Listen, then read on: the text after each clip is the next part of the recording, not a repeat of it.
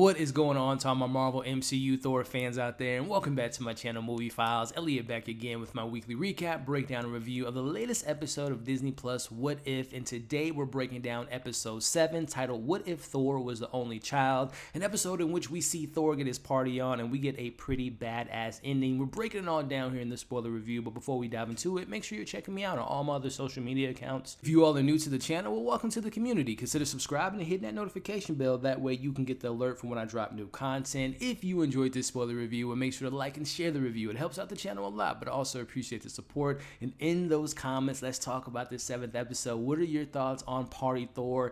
Less responsibilities. We also get a ton of Easter eggs and cameos in this episode, Thor versus Captain Marvel. And of course, what are your thoughts about that ending and what it can mean for bringing all of our multiverse Avengers to go against Ultron/Vision? Let's talk about it. And also let me know, as far as the 7th episodes, is this your favorite, your least favorite, somewhere in the middle? Let's talk about it in the comment section. So for me, first and foremost, before I get into my initial thoughts, just a friendly plug. As you all know, every single Wednesday, 6 p.m. Central Time, myself and my amazing co-hosts Amanda and Chris, we go live on this very channel, dissecting, breaking down, sharing our thoughts more in depth of the latest episode of What If. But also, we're going to talk some more Thor tonight. We're going to be ranking all 3 Thor films, talking about his placement in the MCU, some of his best moments, maybe our less favorite moments of Thor, and just having a Thor-centric episode tonight. Again, that will be 6 p.m. Central Time. Hope you all can join, but let's get into my thoughts here. Just my initial thoughts of this episode. First and foremost, I thought the placement was pretty kind of like Disney had to kind of lighten the mood, because obviously since episode, I would say 3, with the Avengers dying, obviously going into Doctor Strange, the character-driven, very dark, very bleak, not a happy ending. Episode 5, we get with the zombies. Episode 6, we get Killmonger killing everyone. So it's been a streak of kind of dark, bleak, kind of more non-lighthearted Disney stuff that we're used to. So I think that this was like a perfect placement to kind of like, let's lighten the mood. Kevin Feige's calling the producers over at What If, saying, hey guys, can we put some smiles on some of these people's faces? Can we get some hero moments? So I think that this episode is definitely just kind of like, let's lighten the mood a little bit before we get back to the more darker tones, which I hope to see in Gamora's episode, and of course how this thing's going to shape up with Avengers going against Ultron. But even with that lightening mood, I still have fun with the episode.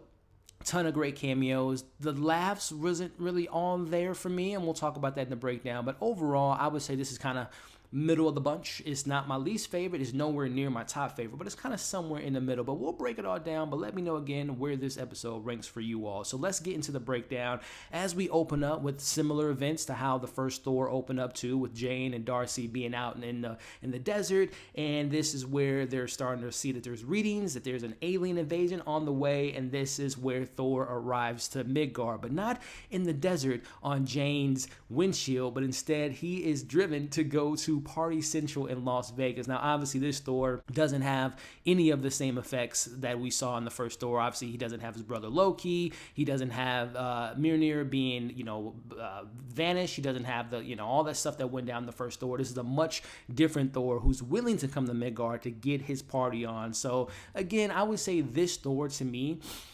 unlike the other episodes where they were like vastly different characters, I would say Killmonger was pretty similar to what we got in the MCU, but this Thor was kind of similar to the Thor that we got in the MCU, minus obviously no responsibilities, no Loki, no battle scars, and obviously more of a partier, but he still kind of has that jokiness that we see in the MCU. So this particular episode wasn't as like far-fetched. Like if this was like an episode, what if Thor was the only child and he was like super serious, the more Shakespearean Thor that we got in the first one, and not really having much comedy, but someone had to bring him into the comedy, that would have been a little bit unique. But this one was essentially, like I said, MCU version of Thor, just like I said, with less responsibilities and more involving the partying of this character. But nonetheless, going back into the episode, the universe has Odin giving the Frost Giants back Loki. So like I said, Loki isn't a brother of Thor, hence that he's going to be the only one and the only child in this family. We see Thor, which is a classic, 80s, 90s, any party film where Frigga tells him not to have a party, but that also means to have a party in layman's terms. But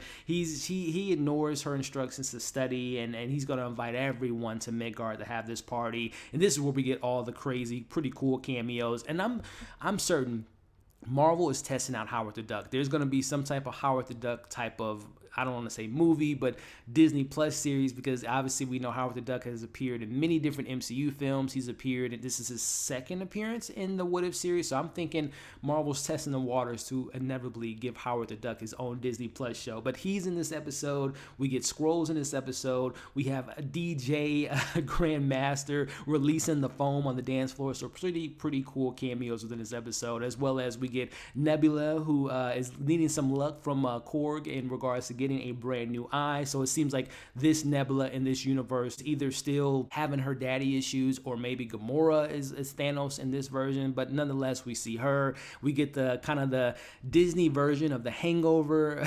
Darcy marries Howard the Duck.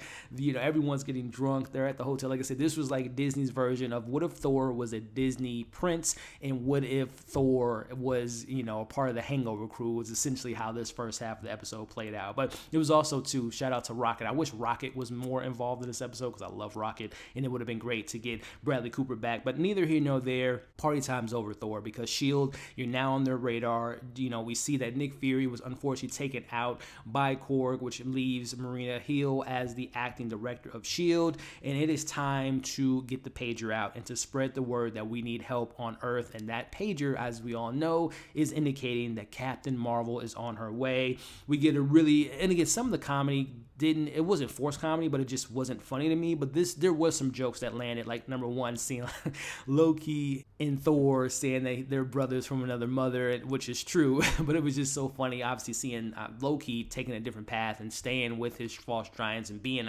obviously the look and the appearance of a frost giants. But I thought that was a pretty funny moment. Brothers forever. But it comes down to Captain Marvel. She makes her way onto Midgard, Earth, and she is warning Thor, like, listen, man, I don't want to beat you up, but if you don't get your act together, I'm going to have to give you a couple 1-2 punches. And this is where we see Thor is kind of coming at her. They're going back and forth, and they inevitably have their fight off, which was pretty awesome. I'm not going to lie. I don't know if we'll ever see this in the MCU, if we'll ever get a Civil War Part 2 where we'll get Thor and Hulk and all of the Avengers, which weren't in the first Civil War film that we got in 2017. But I would like to see Thor and Captain Marvel go toe-to-toe in live action. But nonetheless, if we never do see that, we see it in this episode, which again was pretty awesome, as they're really knocking each other from different continents to different states to different parts of the world, and they inevitably make their way to the desert. And what an awesome shot when they're fighting in the sky and you see all the fireworks. That fight was pretty badass. It was really awesome. But we end up seeing that Thor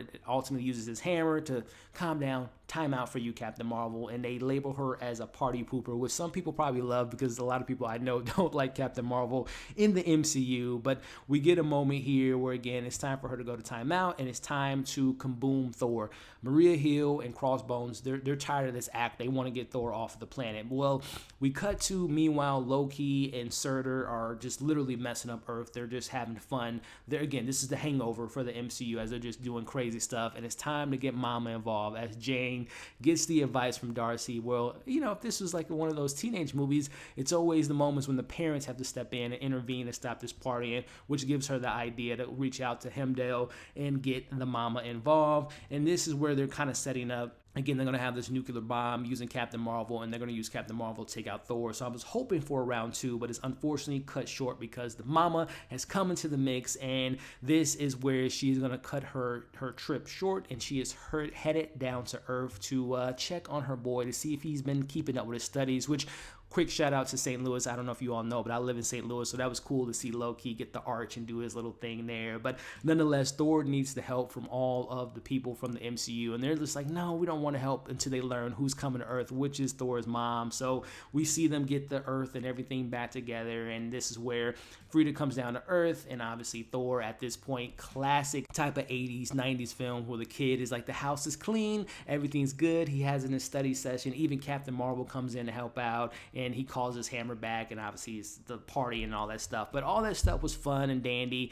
Good time. Wasn't all that funny to me, but this moment here was like huger implications for the What If series, which we see coming down is Ultron. He lifts up his mask, and it's no other than Vision. And oh yeah, he has the Infinity Stone. So like I said, based on the marketing material as well as the trailers that we've seen, Ultron Vision combination with the Infinity Stones will be the big bad of this series, which I believe is going to have the Watcher come out, which is going to probably disrupt the multiverse and kind of split the multiverse into in Doctor Strange 2, which will kind of explain more of maybe why rumors out there of Captain Carter making an appearance, this darker version Doctor Strange making an appearance, maybe other variations of these characters making an appearance in the live action, because the Watcher is going to break the barrier of the multiverse. And I can't wait for that showdown and see Ultron properly used, because no offense to Age of Ultron fans out there, I think that they wasted Ultron in that film, but hopefully we get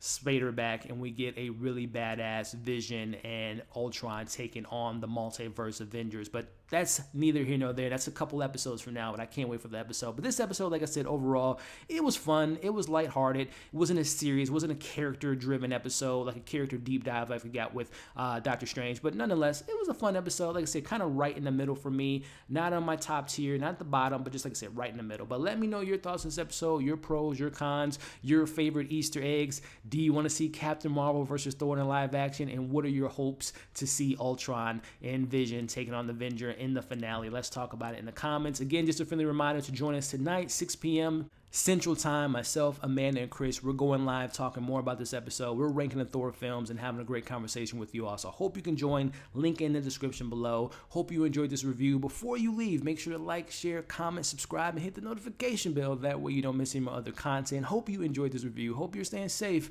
and we'll see you on the next one.